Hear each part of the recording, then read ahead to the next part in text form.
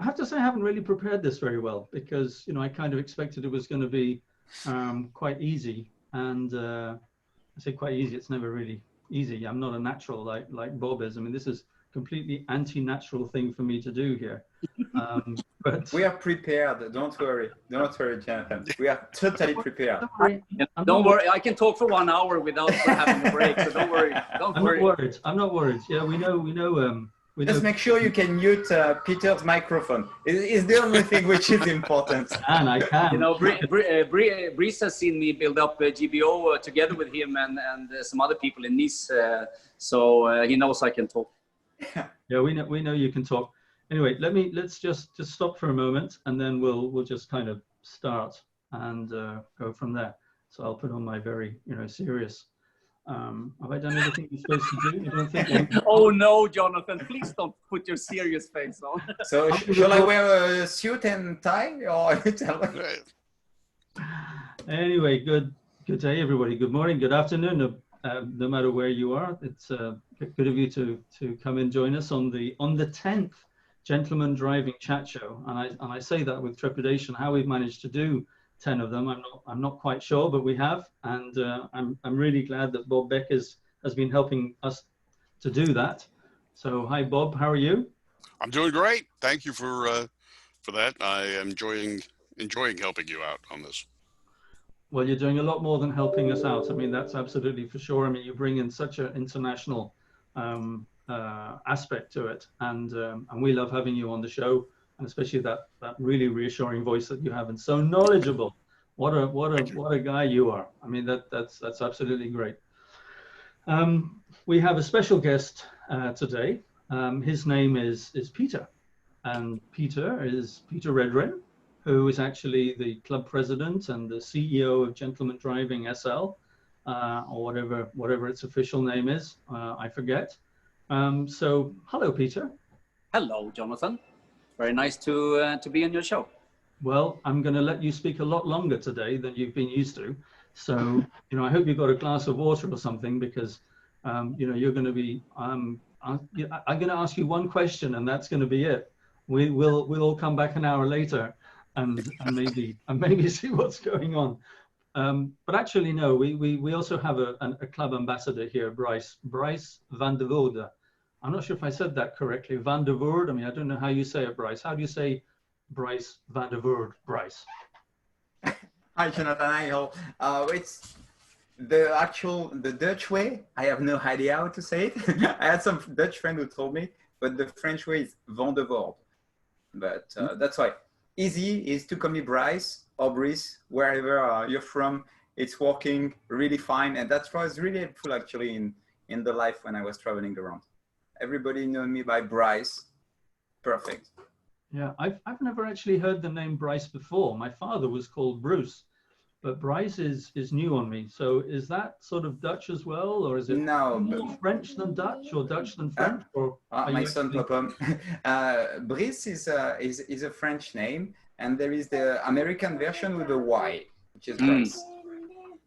But for American people, I have to introduce myself as Brice. Yeah. Otherwise, they call me Fabrice. I don't know why, but maybe you can say. But so that's why. Overseas, I'm Brice. Yeah. It sounds just fine though in French. Who cares about the Dutch? And you have a helper, I see. Yes, I have a little co-pilot. Okay. Say hello. What's his name? My Issei. Issei, yeah. My wife's Japanese, so he's a bit mixed. Allez, go walk. Daddy is busy. Voila, he's going to walk. It's important. Train them young. Anyway, we're going to have a long chat with Peter in a few minutes. We'll be asking you some questions, Brice, about, what you've been doing, because you've already able to do things. And what you're planning to do. I think I would also mention that we are celebrating in Spain because we are out of it. We are in the new normality. We are really cool. We have our freedom back. We have our freedom back. Yeah, we certainly do. Since yesterday, Sunday, you know, we're out in the new life, the new world. No more lockdown and no more state of alarm. Yeah, that's right. We're going backwards. We're going backwards. No, yeah, well, you have we- other issues as well in America with all these riots and the protests and things going on. I hear. Well, that too. They're also reporting a second resurgence of COVID. So Yeah. they're going back to restrictions. Yeah, and it's very similar in Germany. I mean, Germany is well. I mean, I think it's very localized in what's going on there, but certainly it's of concern, especially as Spain has just opened itself up to tourists coming in, you know, from just about anywhere.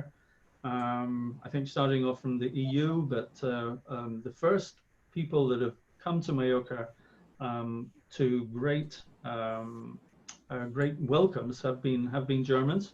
We were allowed to have something like 10,900 Germans coming last week, but still, I think yesterday there was only 25 airplanes allowed into Mallorca airport, which actually is, you know, like one an hour, where we're used to having in the summer one every, well, less than 2 minutes.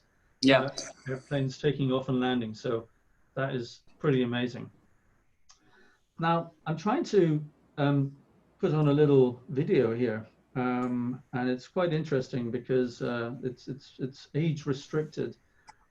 Something which I've already looked at, and I thought I was signed into. It's a video about Peter Redrin. Oh, well, then I know why it's restricted, because they don't like what I'm saying, you know. Too controversial guy, you know, to have online.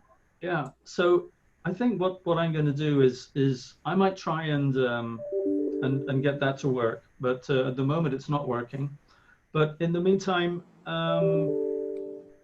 just to remind everybody that Peter is the president of Gentlemen Driving, and I think maybe you want to tell us a little bit about yourself first and how you sort of first became interested in cars, and then we'll get on later to the club aspect. So far away. Okay. Well, first of all, I would like to say I'm very happy that Brice is on the show, because he is the first ambassador that we start a local club with outside Spain. So that's really cool now. So there's a big lineup of regions where we are starting local clubs, but Nice is the first outside Spain. So I'm super happy to have Brice on the show, because it's kind of part of the biggest news going on in the club now, when we are actually having the opportunity to open up events and activities again in many countries after the lockdown is completed. So super happy for that. But yeah, well, what is it to say about me? I'm quite a crazy Swedish guy. I've been running my own company since I was 23. Now I'm soon 52, so you make the count yourself. So been an entrepreneur for many years, and I spent many years in Scandinavia and Northern Europe with the sales and marketing consultant company that was building up, which became very large. And sadly, that was put on the scrapyard at 2008 and 2009 in the financial crash in Europe. And I had to restructure myself a little bit after that. I decided not to build any consultant companies anymore. My idea was to build something on the internet, which was in many countries, so I wasn't so vulnerable with fluctuations on markets in different countries anymore, like I was with the consultant company. And for different reasons, here in Mallorca, where I live, there's a lot of expats. And 12 years ago, I started something that was called Expats Club. Now, today, it's called Expats World. So that's an internet-based community, and you can call it a membership club online with a lot of online activities and some offline events.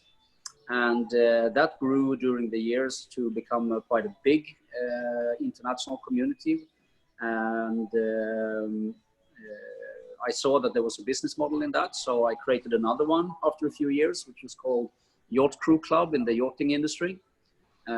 And then for 3 years ago, I started a third club in this company that I was building, which was called Global Business Owners, which was, well, still is, an organization for business owners to network and help each other around the world.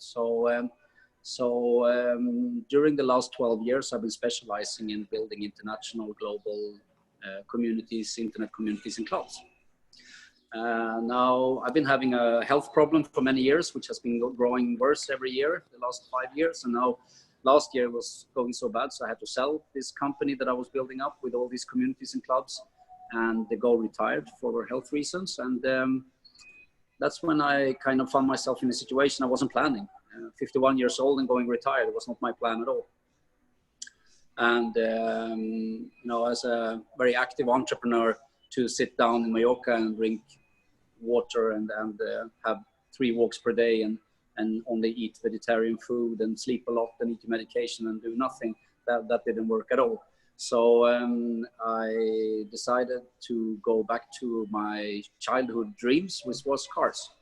Ever since I could put a metal car in the sandbox at home and say, brrr, I guess from somewhere there, I've been totally in love with cars and racing and things like that. So, but I never really did anything with it more than follow everything on TV and follow the news about Formula One and motorcycle racing and all kinds of stuff. But I never really did anything with it. And so when in October last year, when my company group was sold, I bought a few cars. I created this garage you see in the background here in Mallorca, which is quite a big garage for 5 cars and storage space and a living room area with music and a bar and everything. And I decided to take one of my Porsches and make it into a track car. It's the silver one you see here in the background. And it's Porsche Cayman, and start going on open pit lane track days in Spain and Europe and learn how to race a car on the tracks. So that became my full-time occupation as retired entrepreneur. And in this situation, I decided there must be some car clubs in Mallorca. I will connect with them and become a member of all of them so I can meet some people in the car scene in Mallorca and have some fun. And that's when we got to know each other, Jonathan, you and I. And I became a member of this club, which was then at that point called Driving Mallorca, a local club in Mallorca for very nice, a little bit senior and very nice and friendly car enthusiasts with different cars and different backgrounds. And the common thread in the club was that we focus more on the driver and the person driving the car rather than exactly what kind of car the person have. And I like that idea. And you know, there's so many classical car club where you have these specifications of what kind of car you have to have, otherwise you're not allowed to be a member, or American car club or Porsche club or whatever, you know. And to be a part of a club where you meet a lot of different people who have different kind of cars, but all nice and friendly. And I thought that was a great idea. So I joined the club. And after a month or so, let me interrupt you there, Peter, if I may. Yeah. Because before we get into more details about the club, I just would to try and put on this video again that I found, which I think is a little bit about, you know, what you're really trying to do, and what you have brought to what was Driving Mallorca, turning it into an international driving club with an amazing website and lots going on. We have been trying to make things happen during the COVID lockdown, but we're now able to go out again and start doing drives and going places and going to tracks and getting a little bit excited about our cars again. So I'm just going to try and put this video on now, and hopefully it'll work.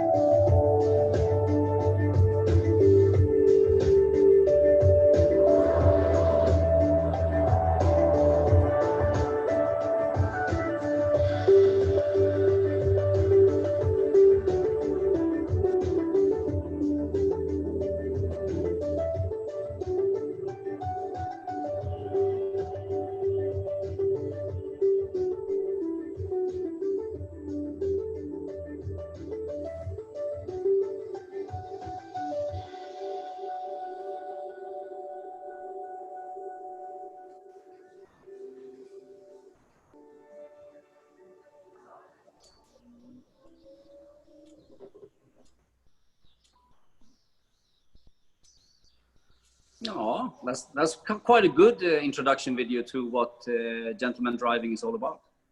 I thought it was too, and I wanted to just put it on because I had seen it before. I thought it would be quite appropriate because it was actually made, you know, before the COVID-19, and Yep. you know, you were already sort of, this was a bit about your vision of where gentleman driving might go. So you know, that's combining obviously some people who enjoy driving, some track driving, some ladies, very important, especially in a club whose name is with gentleman driving, where we're not trying to exclude ladies at all, quite the contrary. And certainly driving Mallorca's philosophy was always to do things that our companions, our wives, our partners would want to join us with and come along to, you know, whether it was driving or the social side or whatever. That's always been a very important part. So tell us a little bit more what you have been doing to drive the club and the various different directions and where you see it going. Well, you know, the normal car club you find everywhere around the world, in every mid-size or bigger city, is a local car club. This is the most normal thing, you know. There's an enthusiast, and that enthusiast run around and get people interested of meeting and going driving together, and that one person is kind of the whole club heart, so to speak. Without that beating heart, there will be no club. And this is the very normal situation when it comes to car clubs that I've been seeing. And I was thinking, why don't we make an umbrella organization with a lot of these kind of people with a enthusiastic car heart beating very strongly, and who don't mind putting a little extra time to organize things to make other people happy and get people together. So that is kind of what Gentleman Driving Club is all about. That we are trying to build an international umbrella club with local chapters or local clubs, with one or more ambassadors in every local club that help out with each other together with us from the head office, and make sure that we have active local clubs in many cities around Europe. But now we see actually people like Bob is from America. We see people wanting to start up local clubs now in Chicago, Miami, and Los Angeles. We have already almost ready to go a local club in Dubai.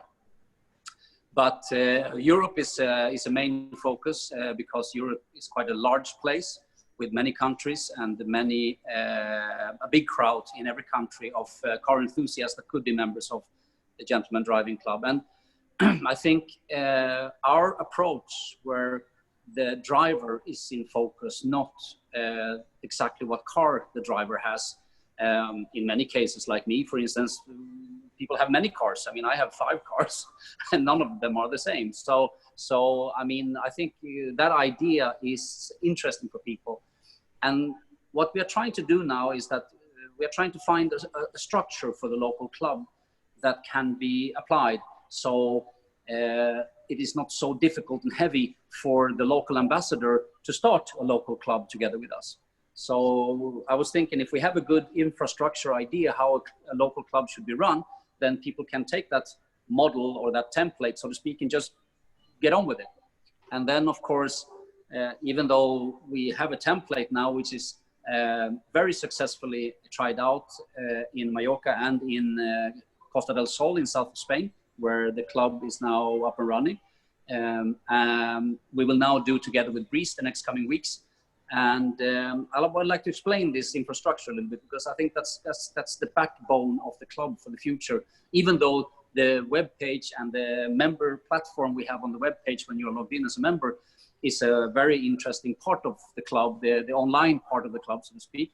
Of course, the most important thing are the people and the local clubs, because otherwise, I mean, what would a car club be without meetups and meeting your friends and checking your cars out and having coffee and discussions and going driving together and take your cars to the track now and then? I mean, that's the kind of that's what the club is really all about.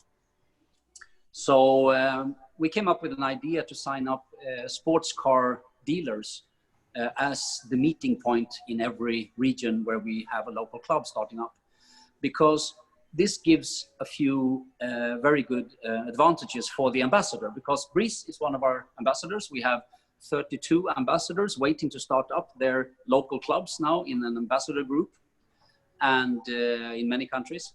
And Brice is our new ambassador for Nice, south of France, Cote area, so to speak.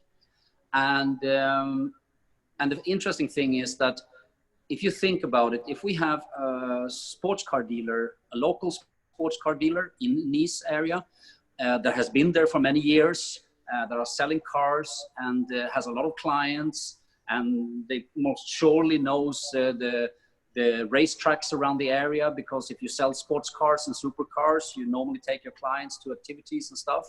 Then for us to collaborate with a local sports car dealer to get some help starting the club up from the beginning, that makes the life for the ambassador much more easy. Of course, instead of trying for Brice by himself to try to start a group of people, it's a bit more difficult. So that has become the core of the template. When we start a new local club somewhere, we sign up a sports car dealer. We have an ambassador and a sports car dealer. We start weekly or bi-weekly meetups, so we can invite people to these meetups. And the meetups are very simple. It's in the evening after work, a Tuesday, Wednesday, or Thursday, and between 6 and 8 o'clock at the sports car dealer's showroom. And the sports car dealer invite for coffee and drinks, and we have a cool place to meet with good parking space and a cool environment with new cars all the time to have a look at, and to meet your friends. So that's kind of where it starts, and that's the base, and that's what we keep. In some places, we like to have weekly meetups because we have a lot of members. In the beginning, for a new club, maybe it's good to have it bi-weekly, so it's not too often before the crowd of members has been grown big enough. And apart from that, we start, as soon as we have started the meeting point and the weekly or bi-weekly meetings, we start what we call weekend road trips, which is normally maybe a Saturday or a Sunday, once or twice per month, where the ambassador and the car dealer and the members organize themselves to take a really nice drive to a nice restaurant and eat lunch together. So it's a combination of meeting at the meeting point, going for a nice drive, eating lunch together, and then disperse and go home. So we have the meetups where we go to a place and meet, and then we have the road trips where we go out driving together.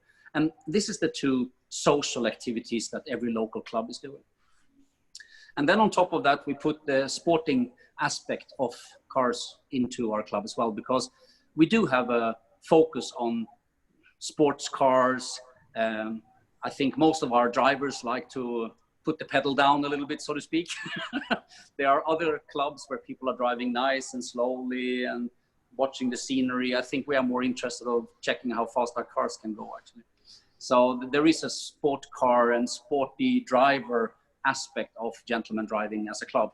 So to go to track days feels very normal.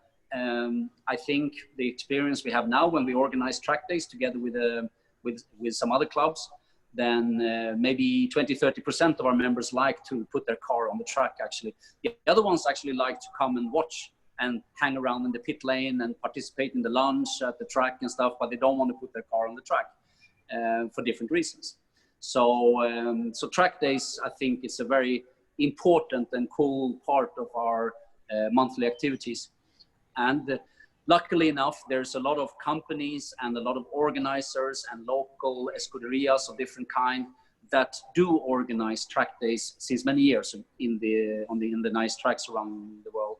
So what we do is that together with the ambassador, we kind of piggyback together with other local organizers, so we don't have to organize our own track day until we have enough members in the local region. So that's the three parts of a local club. We have an ambassador together with the car dealer, weekly or bi-weekly meetups, go road trips once or twice per month to nice places, and eat lunch together, and sporting activities like track days. Can also be closed road rallies, for instance, where people want to take their car and go on a closed road rally at some stage. In America, there are other things that are going on the whole time when it comes to sporting events like drag racing and NASCAR and stuff like that. We are going to organize trips to Formula One here in Europe, for instance, and other important sporting events like Mille Miglia and Goodwood. So yeah, I don't know what more to say, but that's kind of where we are today. And you asked me where do I see this going? Yes, Peter. Have you run out of steam already? No, no. You have another 2 minutes before I was going to interrupt you. I was looking at your face and I was thinking, it looks in Jonathan's face that I should stop talking soon. Where is this going? My dream about Gentleman Driving Club is that in 10 years' time, I'll be 61, so I will probably still be driving, hopefully. In 10 years' time, I think that we will have around 100 local clubs in Europe, in America, and in the Emirates, and we will have started local clubs in Asia as well. We have a really good team of ambassadors and car dealers working together with these local clubs. And we see a lot of interaction between the local clubs, people going between the different clubs and the activities, and the international aspect of Gentleman Driving Club will play an important role. I mean, for instance, on Sunday this week, I'm going together with a few members to drive in Portimao in Portugal on the track there. The owner, Paulo Pinheiro, is eating lunch with us. He wants Portimao racetracks to be the center of Gentleman Driving Club in Portugal. Suddenly a few Spanish members goes to Portugal driving and starting a local club in Portugal. Together with Brice, we will have some fantastic road trips, I guess, based from Nice up in the mountains and vineyards and all this fantastic stuff you have on the south coast in France. And I'm sure there will be people taking the ferry from Mallorca to Toulon to participate. I'm sure there will be people from Barcelona taking the 8-hour drive to Nice. I'm sure there will be people coming from northern France and maybe from Switzerland and Austria, where we have members, to come down. And suddenly we can do events where there's members from many nationalities of the club joining together, which I just feel is magical if we can do that, you know. I agree entirely. Peter, thank you very much indeed. I'm not stopping you. You're welcome to come back later on, but I would like to ask Brice a few questions, and I would actually like him to give us a little bit of an overview of himself. So Brice, perhaps you could just tell us, what is your background in cars, and how did you get involved, and where are you on cars? Yeah, for cars is a bit like you. I mean, like you guys. When I was very young, I like to play with cars. I've been always like to drive them, sometimes a bit too quick. So no, I don't own any more sport car because I lost many points. So yeah, in France we have 12 points on the driving permit. I had to go away. I lived for 10 years in Asia. Then I got all my points back. So now I'm back in France again with the points. Therefore, I drive off-road cars, like a mid-sized truck in the US would be. And I like to go-karting or go on the track and rent a car and drive the best way possible. That means the fastest until the brakes are too hot and can't brake anymore. So yeah, it's and like Peter was mentioning, the nice thing in my region, because I grew up in Nice, is we have Formula One Grand Prix. No, we have two Formula One Grand Prix. We have the Grand Prix de France in the Castellet and Monaco.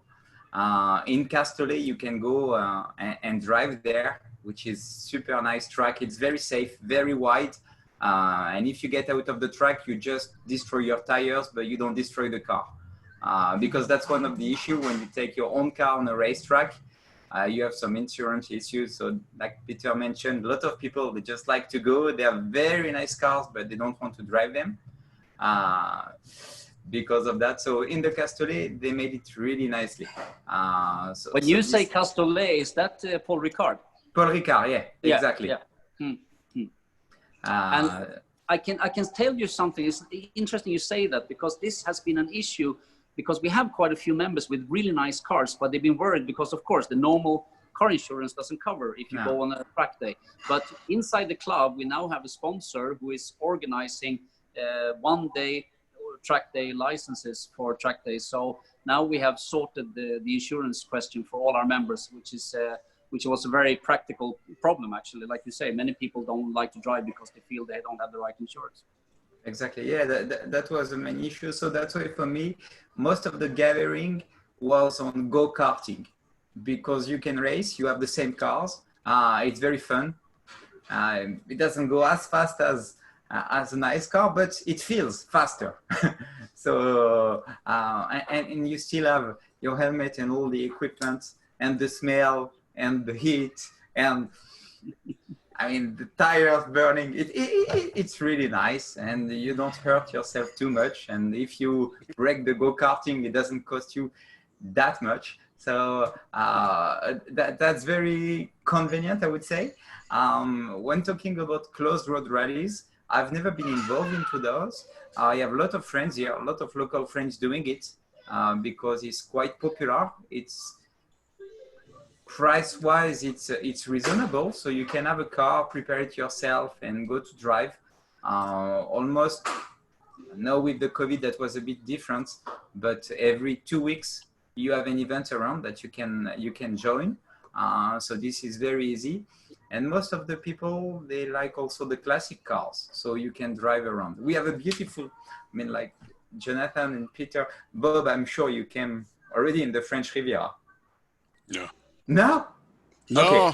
Okay, so it's your next trip. We will take care of you. We'll pick you up at the airport. We find a car. We drive you around. You will see it. It's amazing. It's a must. It's a must. Now, like Peter was mentioning, I'm trying now to organize a nice drive around where you can enjoy nice roads. The problem is you need to pay attention to the speed for safety reasons, obviously. And police reason is another one. And then to go in beautiful places, have good meals, and on 1 minute you are next to the sea, half an hour later you are in the mountains, and then you have the view on the sea. That's the beauty. That's the beauty. And you don't even want to drive fast because you really enjoy. So that's you were asking me, what is for me the gentleman driving club? It's like Peter was mentioning, it's a mix of all the things we like, because we like to drive, we like to enjoy the life, we like to be with people from different backgrounds, different countries, mixed men, women, doesn't matter, family, and we like to share the things. So on the weekend, we can go and have a very good meal in a restaurant, talking about our cars or talking about the weather. It doesn't matter, but with people with the same mindset. And then we can organize a day on a track, only with people who want to race and drive. And we put our racetrack suit and the helmet and the glove, and then we check the chronometer and see who is the fastest. That's the thing. And then we can swap cars, try the new Cayman, because the Cayman actually is very nice to drive on a track. I haven't driven a lot of cars. Just behind me here is Lotus Evora. Is a good friend of mine. He's a pilot, plane pilot, and he's also a professional driver. I had the chance to be able to sponsor the cars. So thanks to him, he invited me in Dubai on the racetrack. So this is fantastic. I'm not able to drive such kind of car. Already on the passenger seat, I'm scared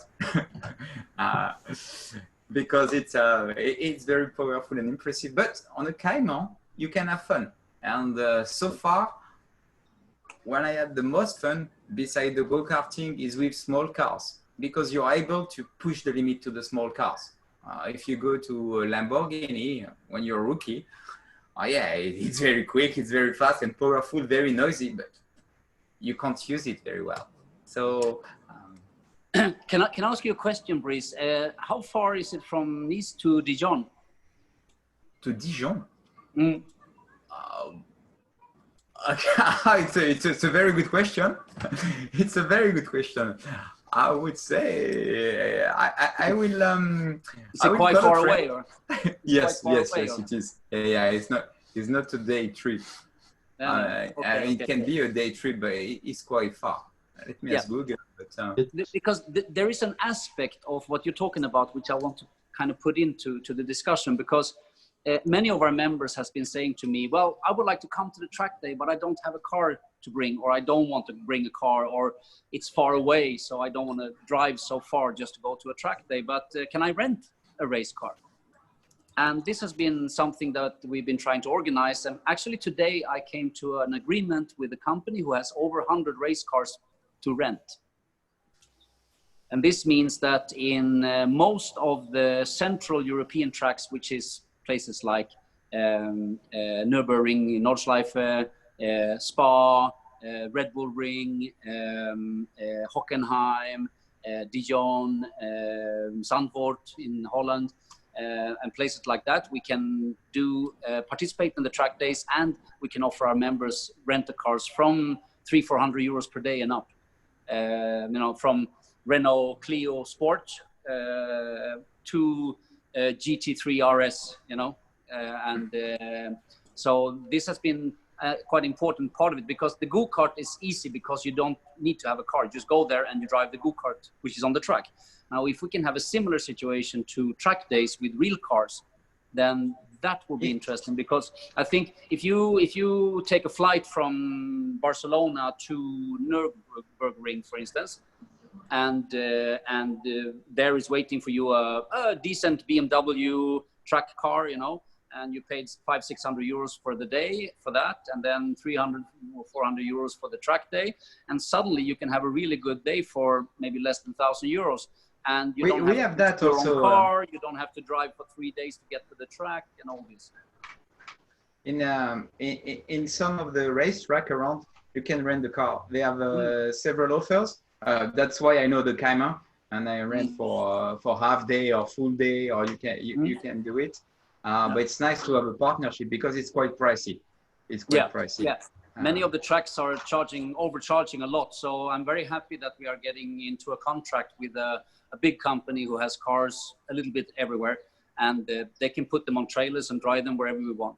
So that's going to be cool. We're going to get a pretty good discount, because this business area in the car racing industry is suffering a lot from the COVID, and this means that we can negotiate very well when it comes to prices for the members of the club with these kind of things now. So I'm really happy that we are getting that together, and this means that already here in August and September, October, November, we're going to have track days with rent-a-car option together with this company in Spa and in Zandvoort and in Red Bull Ring, and really cool tracks. And I mentioned Paul Ricard, but they said, oh, that's a little bit far away.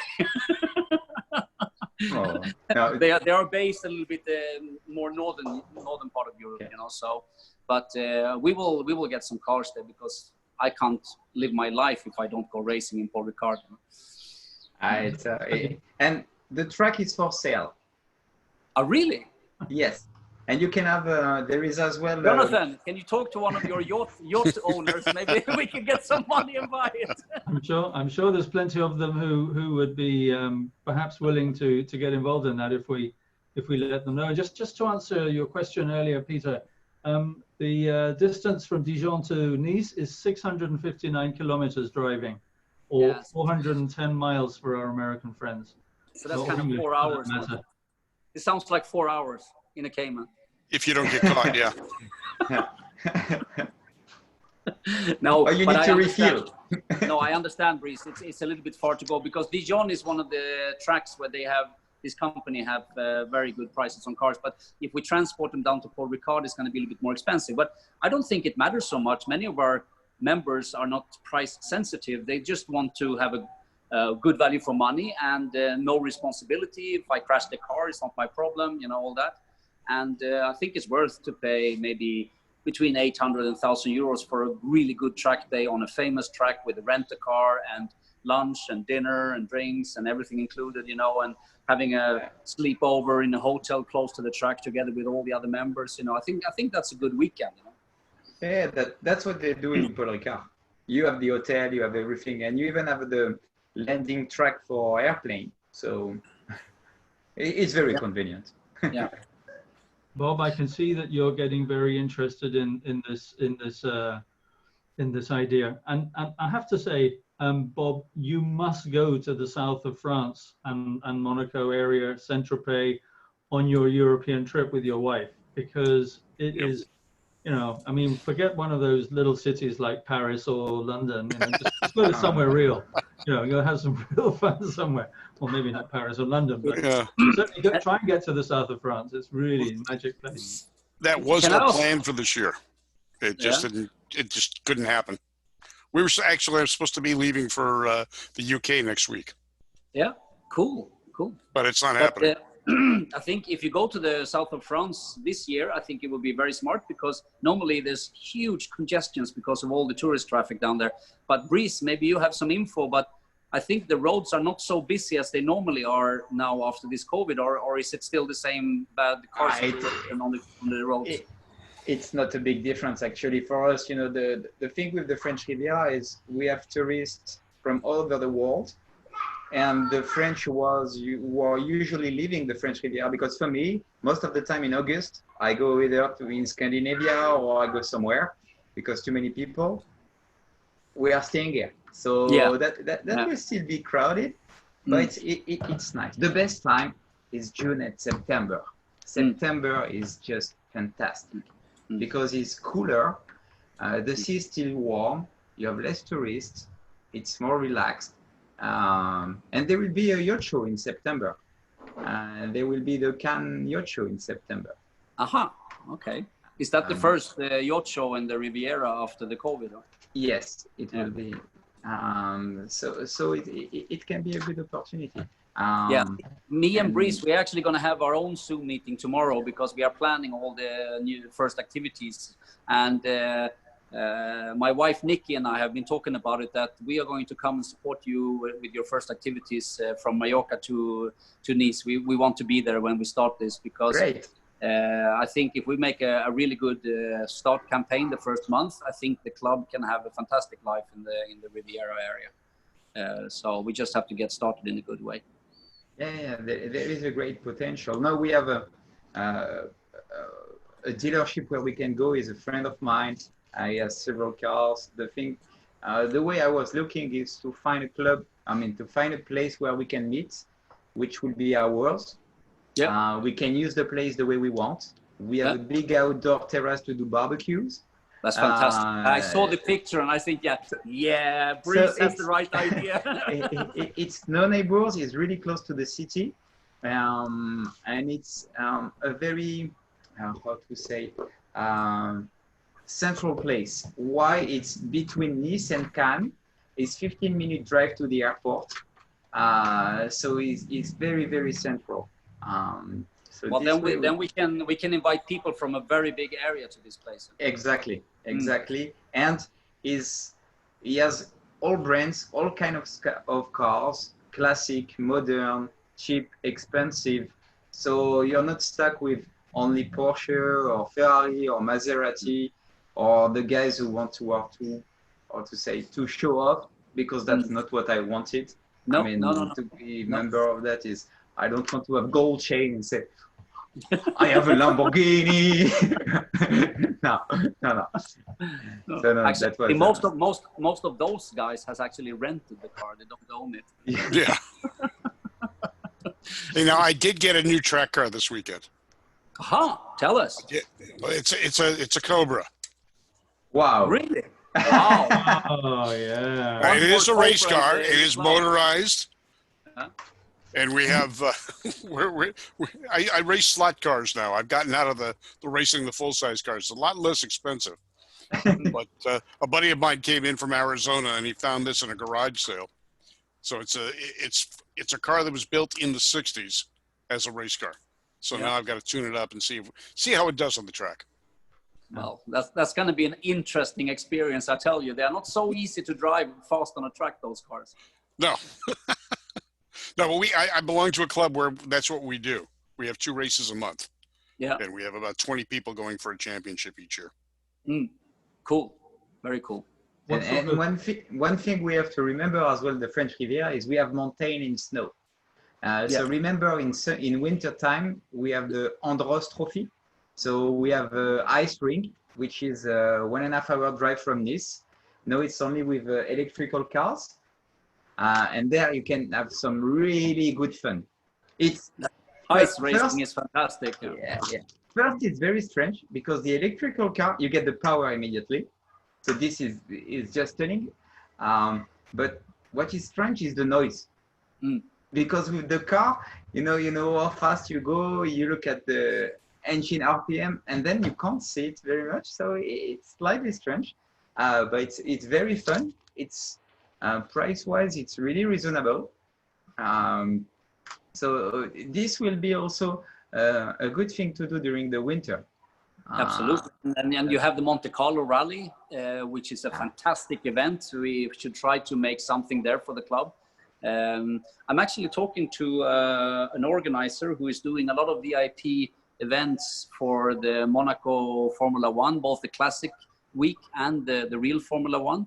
And they are involved in the Monte Carlo Rally as well. So I think we should do something and invite all the members from everywhere to come to this stuff going on in your region. And we have will there be a Formula One this year in Paul Ricard? No, it's going to be no. Next it was supposed to be that was supposed to be the first one, and it will be next year. But they were still discussing. I think they were discussing to change the planning. But as for now, I don't have information. But so far it will be all for next year. No, but everything happening around the Monaco Formula One and the other events the same month, and the Monte Carlo Rally. That's epic stuff to go and see. But that's the timing where you have the yacht show, where you have the Cannes Movie Festival, the tennis. It's about all happening at the same time. So it's kind of a crazy 5-6 weeks. Yes.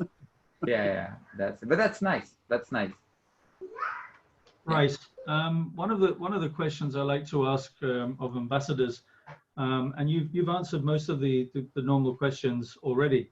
Thanks very much indeed. But can you recommend a driving film or a website or a series that you particularly enjoy? That's a difficult one. Because when I think about driving one, the two I have in mind, and this is where I get my experience. I mean, that's 3 I have. Is one, it's called and let me think about the name in English. Is L'homme qui tombe à pic, the stuntman.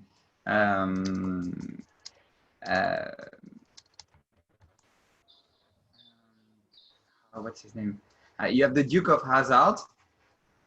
Yeah. Because this is, I mean, it's just fantastic. You have for the cars, the A-Team, because I like both the Corvette and the van. And it's the Fall Guy. The Fall Guy. Oh gosh, those are old TV shows for us. Yeah. Because he had a big truck and still drive like he had a sports car. I for me that was the first. I mean, as a show, the Fall Guy. Yeah, that for me that's it. That's the way I want to. That's how I like the cars first. That was my first approach. Really. So when I think about car movies, those one really is. And then I have a little other part. Is my wife's Japanese, and so I spent some time in Japan, and I love old Japanese muscle cars. So that's another part there. The how to say, the approach is very different. You have two kind of approaches. You have one with going to redo the exact same car, and the other one putting old cars with a new engine inside. But when I think about movies for that, that would be a bit like Fast and Furious, but it's not representative. It's it's a very special culture in Japan with when it comes to cars, and the street racing culture is very, very strong. Huh? Yeah, and they like to meet up, and if you want to look at the car, is the Akosuka, is the Nissan GTR, the first one, Akosuka from the 70s. That's my dream car. It's really my dream car. So yeah, for me, cars is that. It's a bit old. The new one, it's I've seen in the club some of the Ariel Atom. This is amazing. This is amazing. But I'm more on the old-fashioned one, where I want to use the gears and feel the engine. Because now with the launch control, with everything, I've seen guys on track days with the Nissan GTR.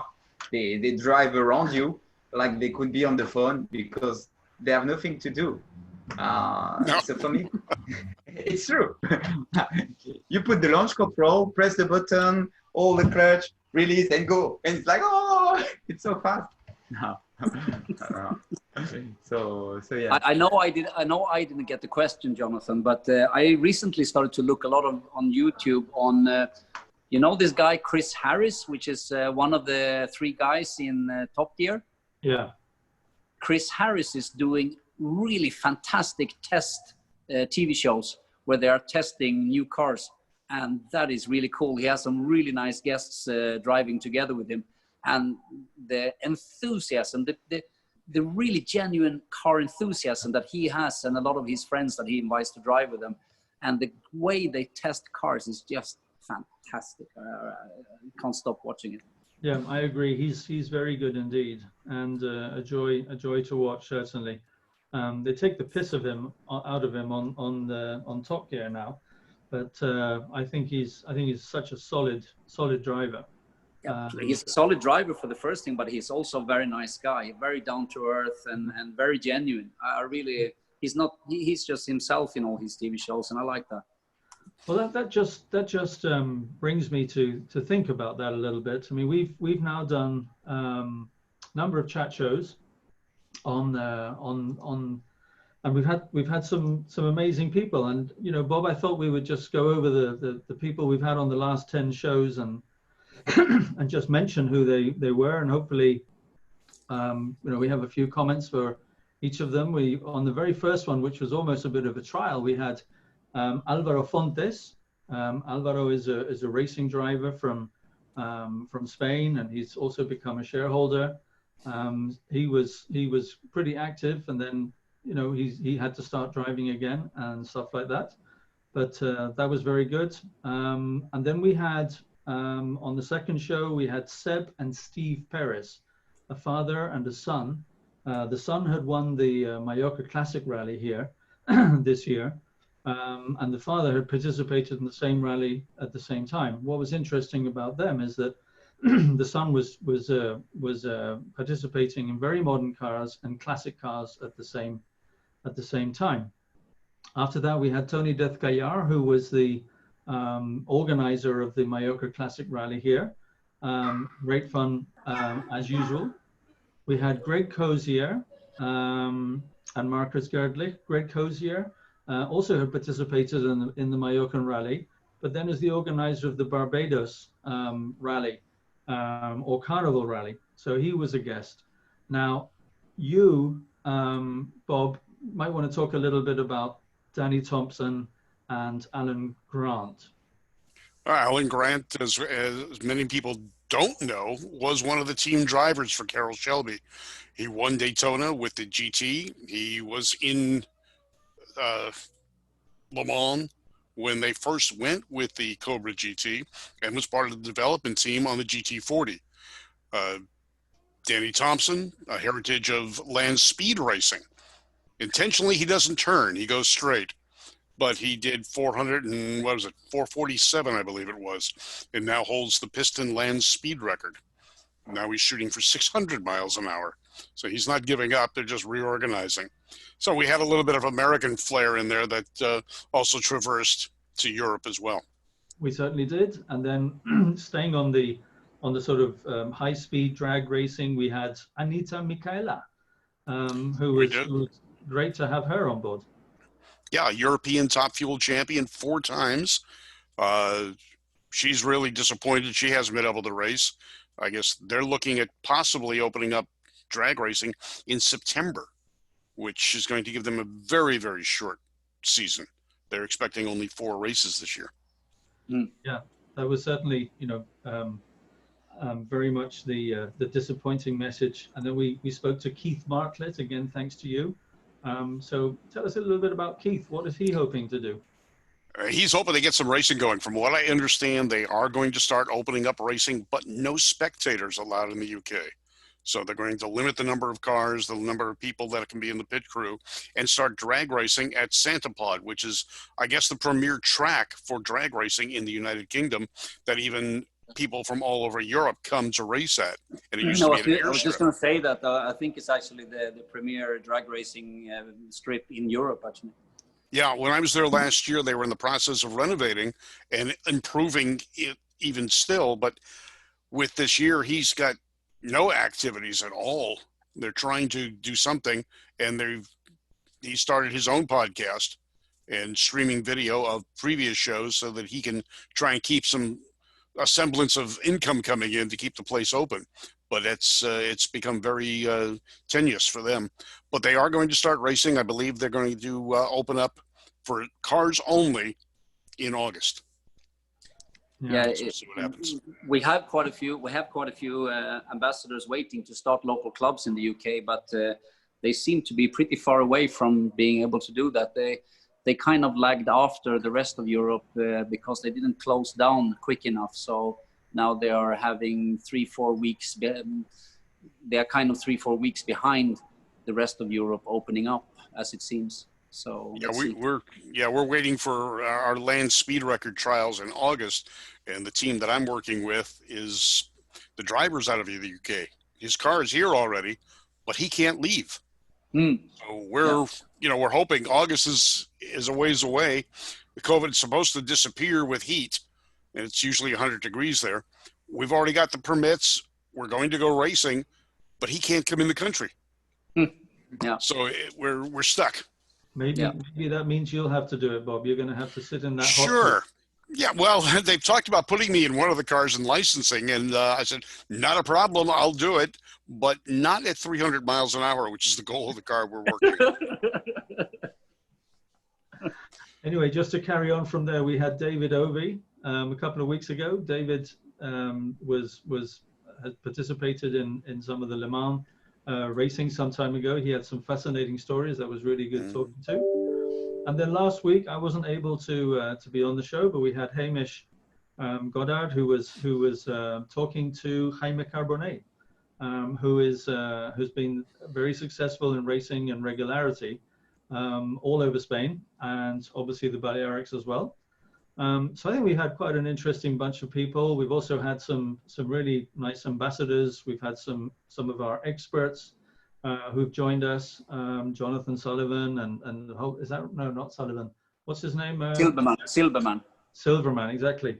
He was a great storyteller. We've had a bunch of other people, and we actually look forward to having, more people in the future. But we're down on the numbers that we're getting into the actual show. We're pulling out of the COVID-19 now, so we need to reassess what we're going to do on the show and how we're going to do it and how we're going to try and make it hopefully the meeting place for people who just want to know what's going on and want to connect. I think we've had a really nice time doing it. Yes, it has been an effort, but it's been great fun, and it's opened new doors. It's really nice to have met Brice like we do, Bob. It's been a pleasure, as I said earlier on, to do this with you. And we just need to think, how we're going to try and make it so it's more popular and somewhere where we can bring the members more closely together, perhaps. Yeah, it's not easy to start a new talk show on Zoom when everybody has been jumping to Zoom to do everything on Zoom at the same time because of the COVID. And, you know, there are so many meetings and invitations to Zoom this and Zoom that. So I think it's been difficult for us to catch people's interest. I know there are people watching these recorded sessions afterwards. But I think, I mean, I know how much energy you've been putting into it, Jonathan. I'm really happy and thankful for that. Big applause for you for doing all this. But I think that it might be better used energy to focus on something else for a while now when we are starting so much activities in the real world now when the COVID lockdowns are going down, so to speak. So. Let's do this reassessment and let's see what we can come up with. Excellent. So that seems about all we have for this today's show, because we don't really want to bore people with over an hour's of our chat. On the other hand, you know, there's some really cool people out there who must have been enjoying it, and they're all there for posterity, so people can get the show in the future, and we will talk about it and decide if we're going to change it or keep it or what format.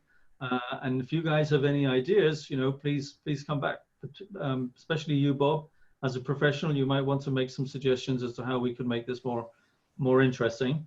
But it has been a pleasure. We are able to drive again. We are enjoying our cars. This is a great meeting place if we want to do it. Maybe not on a weekly basis, but we'll see.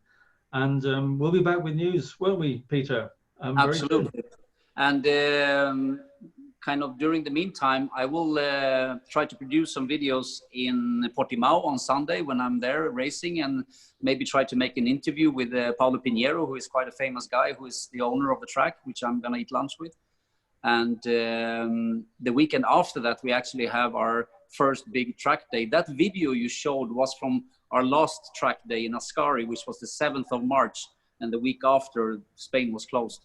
Now we are back in Ascari the 4th of July. We are, I think, 12 members driving on a track day organized by an organization called 103 Octanos. So we have our own tent.